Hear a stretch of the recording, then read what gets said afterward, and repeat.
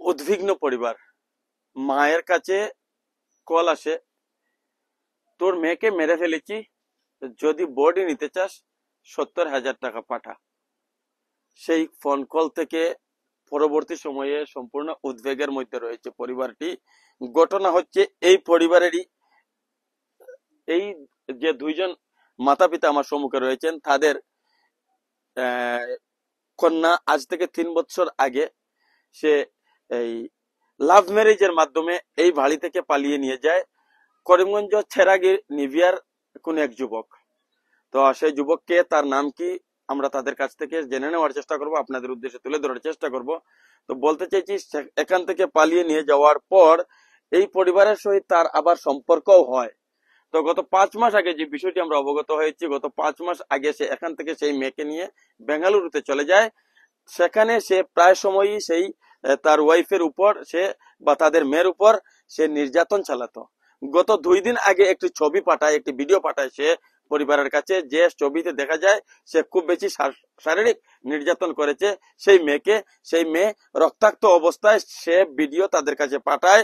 সে video পাঠিয়ে দাবি করে তাদের মেয়েকে মেরে ফেলবো, এরকমের, যেটা তাদের বক্তব্য থেকে সম্পূর্ণ স্পষ্ট হয়ে আসবে তারা কি বলতে চাইছেন।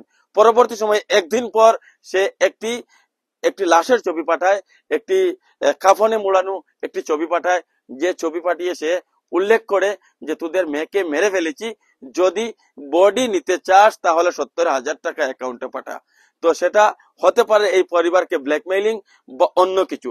এখনো পর্যন্ত আইনি যেটা সহায়তা, তারা কিন্তু সেই আইনি সহায়তা পেতে আমরা দেখেছি গত 2 দিন থেকে তারা দৌড়ঝাঁপ করছেন। এখনো পর্যন্ত আমাদের স্থানীয় থানাতে তারা গিয়েছেন, এখানে একটি রিটেন তারা দিয়েছেন যদিও, কিন্তু স্থানীয় যেটা থানা তারা উল্লেখ করছে সেটা বাঙ্গালুরুতে যাওয়ার জন্য। ইতিমধ্যে সেই বাঙ্গালুরের মহিলা হেল্পলাইন যেটা নম্বর রয়েছে এবং মহিলা হেল্পলাইন নম্বরেও তারা যোগাযোগ করার চেষ্টা করেছেন।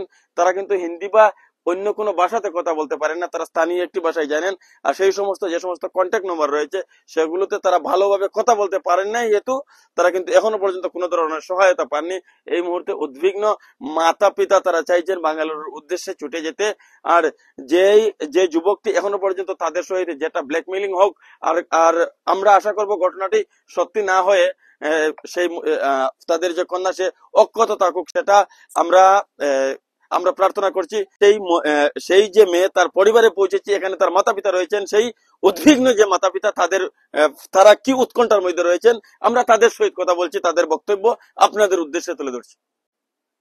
কিতে হইছিল ঘটনাটা, একদম সম্পূর্ণ ঘটনাটা আমরা যেদিন তো মানে কল মারছে বা যেদিন মানে একবারে কমপ্লিট যেটা ঘটনা ওটা বলছেন।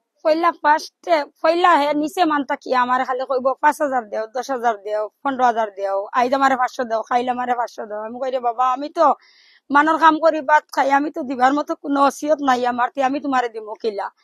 কইলে আমারে খুব বেশি বাড়া গালাগালি করে, করিয়া উড়িয়া ফোন খাটি দে।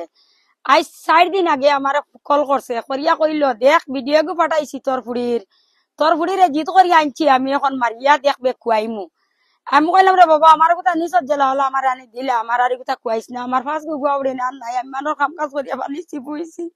আমার বড় দুঃখ লাগে রে বাবা। বল ওই আমি রয়েছে, কইলে আমার তুরা বাদে ফটো পাঠাইয়া দিছে, ভিডিও পাঠাইয়া দিছে, আমার বাইটাইন পাঠাইয়া দিল, যদি আমার ভাই আমার পাঠাইয়া দিছে। আমার ফুড়ি রাস্তা শরীর রক্ত মাখা, আস্তা শরীর রক্ত মাখা, হাত কাটা, মাথা ফাটাইল দিয়ালে। ও আমি ওগু দেখছি, দেখি আনলে আমি আর কোনো মাত মাতিছি না। আমি কইছি বাড়িতে তারা পরিবারই লাগছে, আচ্ছা এমনিও কমি মিটিব কই, আমি আর কোনো মাতামাতি করছি না খবরের লগে।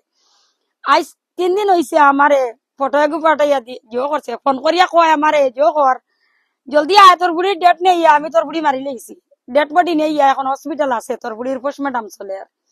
আমি কইলাম ফিরিয়া আইতে কিতা মাতস রে বেটা। কয় না না, আমি তোর বুড়ি মারি লেছি, পোস্টমর্টম চলে, এরকম তোর বুড়ির লাশ নিয়ে গিয়া নিলে টাকা 70,000 ফাটাইয়া দে, দিয়া তোর বুড়িরে নিয়ে আইয়া। আমি বললাম, রে বাবা, আমার যদি 70,000 রইতো যদি, তো আমি বেঙ্গালু তোমার বুড়ি যাইতে দিলাম না, আমি তো একটা ইলাম।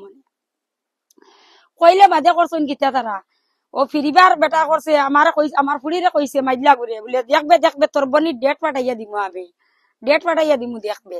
কইলে আমার ফুড়িয়া কইছে, আচ্ছা ভিডিও কল করি আমরা তোরা দেখাও না। কইছে না না, মুখ দেখাইতে হইলে টাকা লাগবো, আমি টাকা করছি হসপিটাল, টাকা লাগবো। কইতে সময় কিতা করছে, আমার ফুড়িরে কালকে ফটো এগু পাঠাইয়া দিছে মরার, মরার ফটাকে ফাটাই দিছে, মুখও নাই, হাত পাও দেখায় না, কুন্তা না, খালি শুধু কাপড় দিয়ে কাপন দি বান্ধা। কাপন দি বান্ধা দেখলে দিতে আমি কিতা করছি, থানাত গেছি। গিয়া আমি থানাত গিয়া সাহায্য চাইছি, থানাত গিয়া কোনো সাহায্য পাইছি না।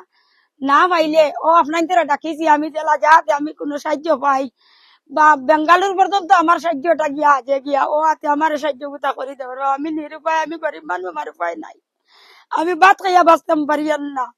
আর আমি বেঙ্গালুর গিয়ে আমার ফুড়ি খুঁজাইয়া বা কর্ম কিলা আমি, তুমি তাই নকলে মিলিয়া আমার ওগুতা অনুরোধ করে কইয়া দেবা, আমার ওগুতা তুমি তাই সাহায্য লইয়া দেও আমার ফুড়ি, যাতে আমি পাই। মরলেও আমার ডেড বডি গুতা আমারে দিত, আর বাঁচিয়া থাকলেও আমার ফুড়ি গুতা আমার হাত খানো দিলাই, তাই তুমি তাই বার করিয়া ওকলে মিলিয়া। আচ্ছা, তোমার দামদার নাম কিটা? আমার দাম ধরে ডাকন বাসি দালি। আর পুরা নাম কিটা? পুরা নাম জানো নি তুমি? উসমান আলী। উসমান আলী নাম উসমান আলী? হ্যাঁ, উসমান আলী নাম, আর ডাক নাম ডাকন বাসি দালি। বাড়ি কোন জায়গা? নিবিয়া বুতুরফুল, করিমগঞ্জ। করিমগঞ্জ বুত্তুরফুল। বুতুরফুল।